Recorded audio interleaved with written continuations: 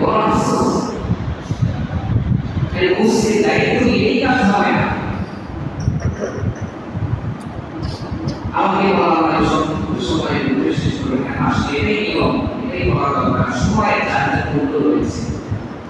এখানে আমি আমার ব্যক্তিগত সময় কথা বলে শেষ করি বলি পৃথিবীটা আল্লাহ, আসমান জমিন আল্লাহ, মসজিদ আল্লাহ, আমার জীবন খায় মানে সর্বদা ব্যবসা বাণিজ্য আরো বেশি সঙ্গে। কিন্তু আমরা সর্বক্ষেত্রে দুনিয়ার নোংরা রাজনীতি করে ওইখানে আমরা বাড়ি ভোটটার পর ভোটটা সময় নষ্ট করেছি।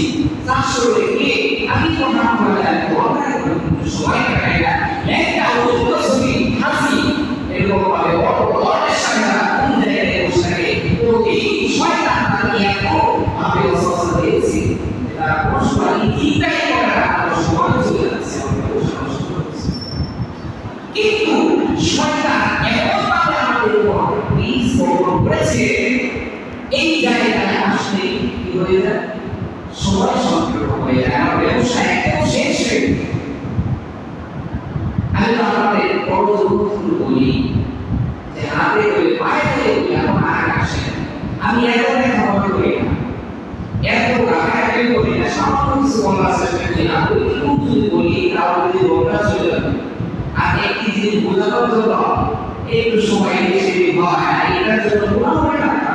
সব এই জায়গায় আসে মুসলিম গুণা করে যদি মাথা দেয় হয় না অবশ্যই। তাই আসলে আমরা এখানে না সারা পৃথিবী যতগুলো মসজিদ রয়েছে মসজিদ কমিটি বড় লাভবান, মসজিদে যাইতে যারা আছে তারা লাভবান হয়। তাহলে মসজিদে মুসলিম পাবে না। আসলে বিষয় মসজিদে একটা বড় মসজিদ কমিটি তাহলে মসজিদ সাধারণ মানুষ যারা রয়েছে আল্লাহ তাআলা বলেন ওই বান্দা যারা ওই মুসলিম যারা তাদের সাথে কোরআনের আয়াত হাদিস শরীফ এইগুলো যদি দেওয়া করা হয়, পাঠ করা হয়, সময় তিনি বই যাবে এটা চিন্তাও করবে, তাদের ঈমান বৃদ্ধি পাবে, তাদের ঈমান মজবুত হবে। আফসোসের বিষয় আমি আপনি আজকে এবং বাংলাদেশি নোংরা রাজনীতি এবং ওই বেহায়া নাচ দেখার জন্য সময় পার করে দিচ্ছি, অনেকে পরিচালনা করছি, তো আফসোস নেই আমার সেই বিষয়ে। তাই আসুন আগে এরকম কথা বলতে চাই না, বলার আগে এই জন্যই আপনারা যারা মসজিদে দায়িত্বে রয়েছেন, আশেপাশে মুসলিম যারা রয়েছেন তাদেরকে সতর্কই করবেন। অত শুক্রবারের দিন আমাদের মসজিদটাতে একটু আগে আগে কাজ করবো, ঠিক কথা বললে আমার অত সময় কথা বলতে পারবো না, কিন্তু যেহেতু একটু চিন্তা করি ওই দুটো যদি বলতে না পারি, এই কয়েকদিন আগে একজন অনেক বয়স্ক একজন লোক কিভাবে বলতেছে হুজুর আমাদের করতে হয় এই আমি তা সর্বত্র দেখাই না নামাজ শেষ পরে বললাম আপনি মানে বলতে পারে নামাজ শেষ করবে কি বলবে সে সালাম ছেড়ে তখন বলবো এই তো আমাকে তাই করি। আমি বললাম আমাদের আমি যদি মসজিদের ভিতরে দাঁড়ানো ওই কাজ করতে যাই একটা মসজিদ করে আসবে না, এটা একদম থাকি বা উপায় পাবে। আর যখন মসজিদে নামাজের সময় বেশি করে যায় তখন মশায় ভালো সময় বেশি নেয়। আবার আপনার অত ইমান নিয়ে এবং নামাজ শিক্ষা সম্ভব হবে না। কোরআন বলেছে আমার জীবন দিয়ে কথা করে জীবন সবসময় কোরআনের পিছনে লেগে থাকে না, আমি সামান্য ভিত্তিক পরিমাণ জ্ঞান দিই তারপর বরং তো বুঝি বরং তো করতেই জানি না। আফসোসের বিষয় জায়গায় সময়ে আমার এই গুরুত্ব দিতে যাই হোক, এটা আমাদের ইমান থাকা ইমান থাকা অবস্থায় আমরা এটা করি না, আমাদের ইমান দুর্বল ইমান চলে যায় তখন আমরা এই কাজ করব। যাই হোক আল্লাহ আমি আপনাদের সামনে পবিত্র কোরআনুল কারীম সূরা ইয়াউম অর্থাৎ কোরআন জাতি নামে সূরা আল্লাহ তাআলা নাযিল করেছেন। এই সূরা 31 নম্বর আয়াত আর এই আয়াত আমাদের সামনে তেলাওয়াত করেছি সামান্য কিছু সওয়াব বর্ণনা সঠিক ব্যাখ্যানি একটু সামান্য পরিমাণ আলোচনা করবো আল্লাহ যদি যেন তৌফিক দান করেন সকলে আপনারা দোয়া করবেন আল্লাহ সুবহানাহু ওয়া তাআলা সূরা 41 নম্বর আয়াতে আল্লাহ সুবহানাহু ওয়া তাআলা বলেন ظهر الفساد في البر والبحر بما كسبت أيدي الناس ليذيقهم بعض الذي عملوا لعلهم يرجعون الله سبحانه وتعالى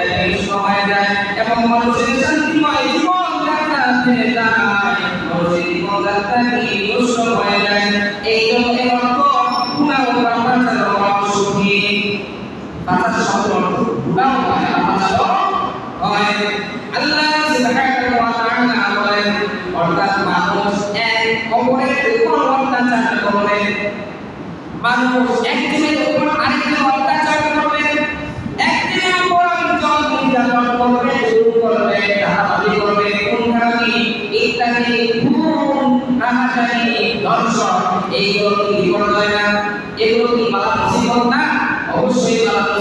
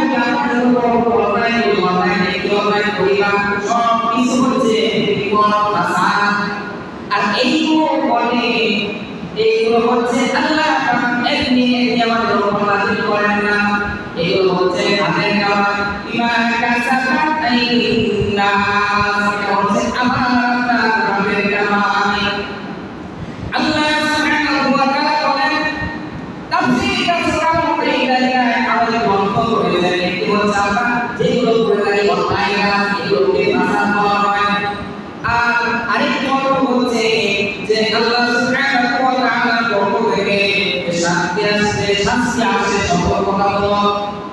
আল্লাহ আমাদেরকে ধ্বংস করার জন্য কোনো শাস্তি দেন না, ধ্বংস করার জন্য দেন।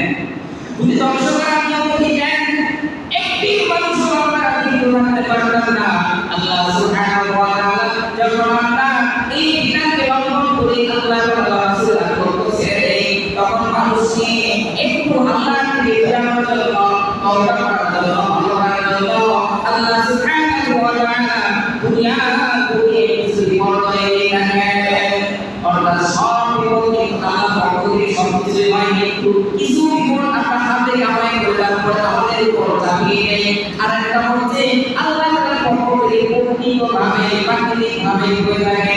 যেমন যেগুলোকে বলা হয়েছে আকাশ পৃথিবী পর্দয় নষ্ট করে আল্লাহর পক্ষ থেকে শাস্তি ও সতর্কতা স্বরূপ প্রেরণ করা হয়। যেমন দুর্ভিক্ষ, এটা আল্লাহর পক্ষ থেকে আসে, মানুষ কিন্তু পায় দুর্ভিক্ষ। এখন বলা হয়েছে মহামারী, অনিরাপত্তা, ভূমিকম্প, বন্যা ইত্যাদি। মানুষ যখন আল্লাহকে আল্লাহ মানে না, রাসূলের আনুগত্য করে না, আল্লাহর বিধান অনুযায়ী জীবনকে পরিচালনা করে না, আল্লাহ সুবহানাহু ওয়া তাআলা ওই সকল খোদা, ওই সকল আল্লাহকে ভুলে যাওয়া মানুষগুলোকে আল্লাহর দিকে ফিরিয়ে আনার জন্য এইভাবে কিছু প্রাকৃতিক এবং দুর্যোগ দিয়ে থাকে। এটাও বলা হয় কাসার বিপর্যয়। আর এইগুলো আল্লাহ সুবহানাহু ওয়া তাআলা বলেন যে এলাকাতে আল্লাহ সুবহানাহু ওয়া তাআলা যে এলাকাতে এরকম ভাবে কোন মানুষ আল্লাহ ওয়ালা হয়, তাকওয়াবান হয়, রাসূলের আনুগত্য করে, ওই জায়গায় মানুষদের উপর আল্লাহ সুবহানাহু ওয়া তাআলা অনেক বড় বড় রহমত নাযিল করেন। বলা হয়েছে যে জায়গার ভিতরে আল্লাহ চালু হয়, ওই জায়গার ভিতরে আল্লাহ সুবহানাহু ওয়া তাআলা আমাদের অনেক অনেক বড় বড় সুসংবাদ দিয়ে থাকেন।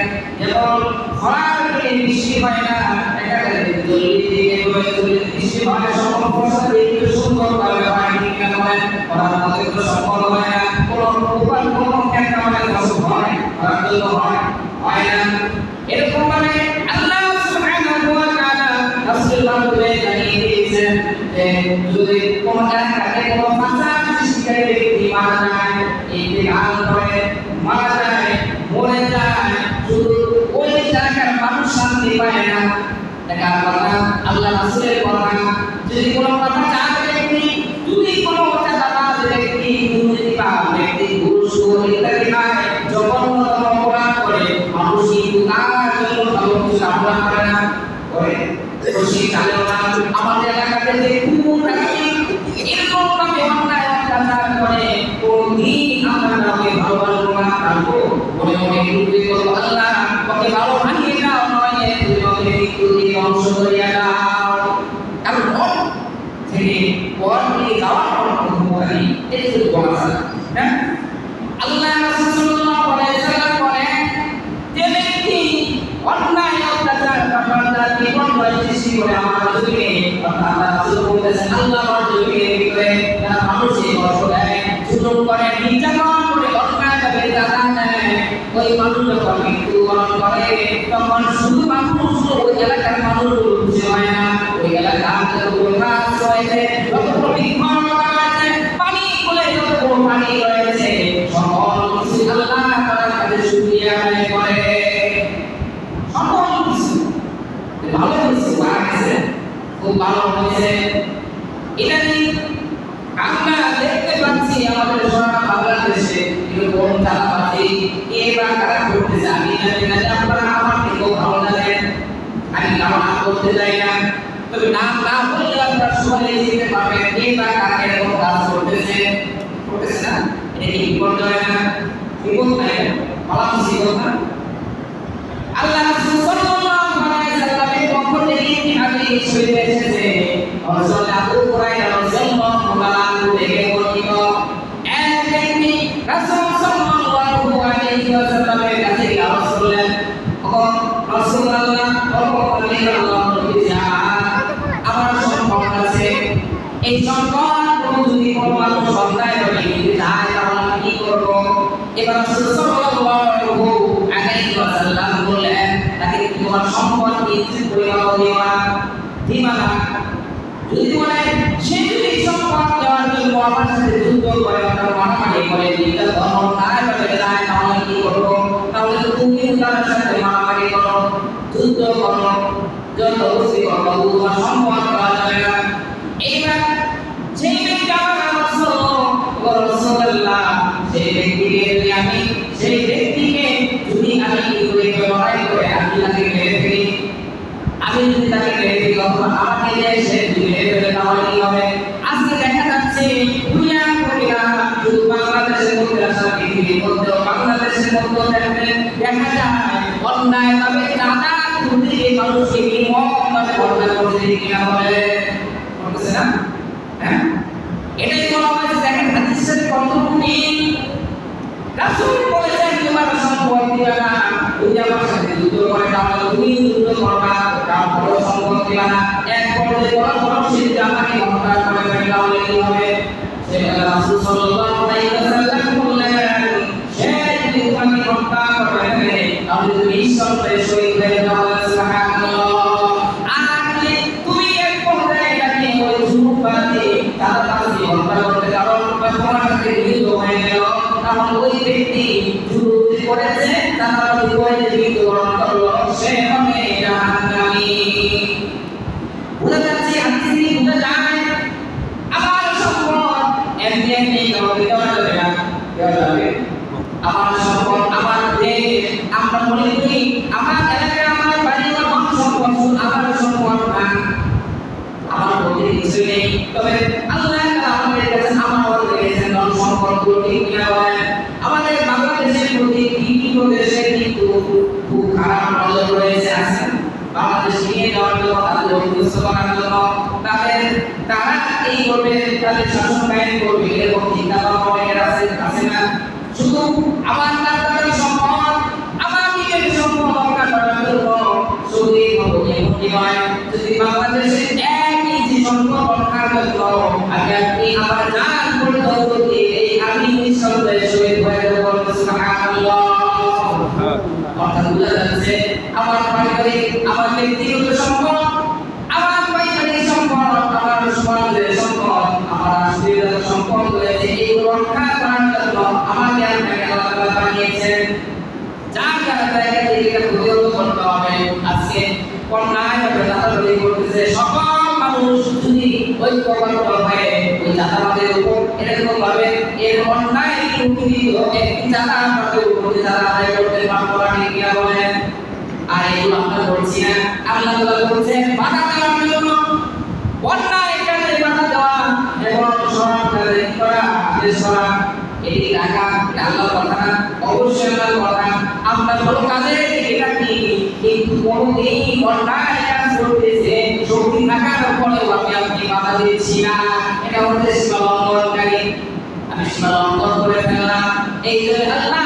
বলেছেন ফাসাদু ফিল বাররি ওয়াল বাহরি বিমা কাসাবাত আইদিন নাস চলে কবি পর্যায়ে ঘটে যত মানুষই আছে এইগুলো আমি আপনি তোমাদের উপর নাযিল করি না তোমাদের হাতের কামাই ওইগুলো তোমাদের উপর আমি নাযিল করি আল্লাহ সুবহানাহু ওয়া তাআলা আমার আয়াতের ভিতরে আল্লাহ বলেন আল্লাহ সুবহানাহু ওয়া তাআলা বলেন ও বান্দারা তুমি কার কাছে যারা করো আমাদের এই যুগে আমাদের সমাজে আমাদের সমাজগুলো লক্ষ্য করে দেখি কত নির্মমভাবে অন্যায়ভাবে যে সাথে কি করে রিক্সা চালক ভ্যান চালক অটো রিক্সা চালক এগুলোকে চালাতে পারে অবশ্যই করে এইগুলোকে চালাতে করে তারা কত কষ্ট করে পায়ের ঘাম মাথার ঘাম পায়ে ফেলে এইভাবে তারা সারাদিন উপার্জন করে 4 থেকে 500 টাকা উপার্জন করে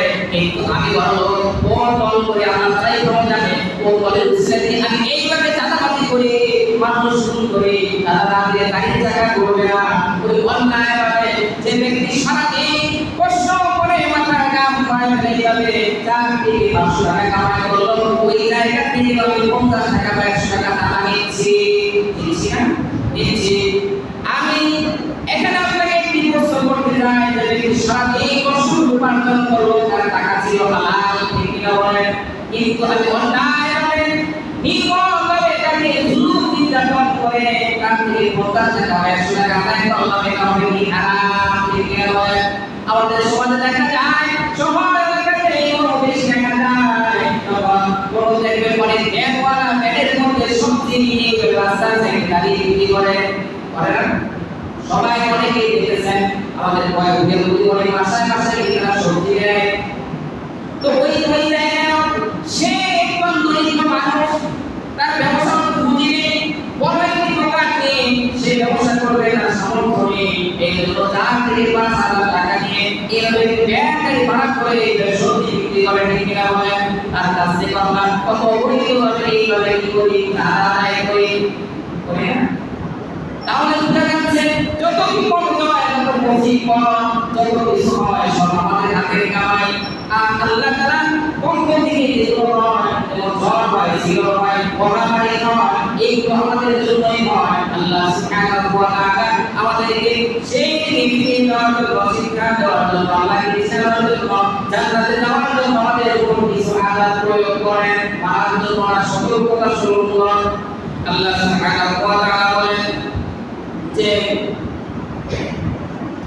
পরিবেশ দূষণ যেমন আপনার প্রমাণ জলবাসান দুইবারে লগাতে এই জলের মশায় যত মহামারী হয় সকল আল্লাহ তাআলা পক্ষ থেকে হয়, কিন্তু কিছু বিপর্যয় আমরা নিজে হাতে কামাই করে এদিকে বলতে দেখো পরিবেশ দূষণ এর মানুষ করে। পরিবেশে যত দূষণ কাজ হয়েছে ব্যাখ্যাতে করা অনেকেই ভালো জানেন আমার থেকে। পরিবেশ দূষণের যতগুলো কাজ রয়েছে সকলগুলো কিন্তু আমি মানুষ করতেছি, চিন্তাই করে না, শয়তানেও করে না, টাকা প্রয়োজন আছে না, মানুষের প্রয়োজন। এই যত পরিবেশ দূষণ করার প্রয়োজন সব আমরা করতেছি, তাহলে অপরাধী কারা? আমরা। আবার বলা হচ্ছে অর্থনৈতিক বিপর্যয় আল্লাহ দিও দুনিয়া কি করবে, টাকা আদায় করবে, শয়তান ব্যবস্থা করে দিও সুদে। সুদ দিয়ে আমরা কি লেনদেন করি, তাহলে অর্থনৈতিক বিপদ না, মুসিবত না? বলা মুসিবত কিনা? অবশ্যই বলা মুসিবত। এইভাবে বলা হচ্ছে যাকাত বন্ধ, যাকাত আদায় করি না, এইভাবে বলা হচ্ছে রাসূল সাল্লাল্লাহু আলাইহি সাল্লাম করেন যে জাতি যে উম্মতের ভিতরে, যে নগরীর ভিতরে, যে শহরের ভিতরে, দেশের ভিতরে পাপাচার বেড়ে যাবে, অন্যায় পাপাচার ব্যয়ামানা, ব্যয়ামানা অর্থাৎ অন্যায় পাপাচার ব্যয়ামানা যে অঞ্চলে বেড়ে যাবে, সেই জায়গায় আল্লাহ সুবহানাহু ওয়া তাআলা এমন রোগ বাজিল করে দিবেন, মহামারী শুরু। এইভাবে কয়েক বছর হলো যে করোনা আমরা কোনোদিন না কি শুনি নাই, শুনেছি।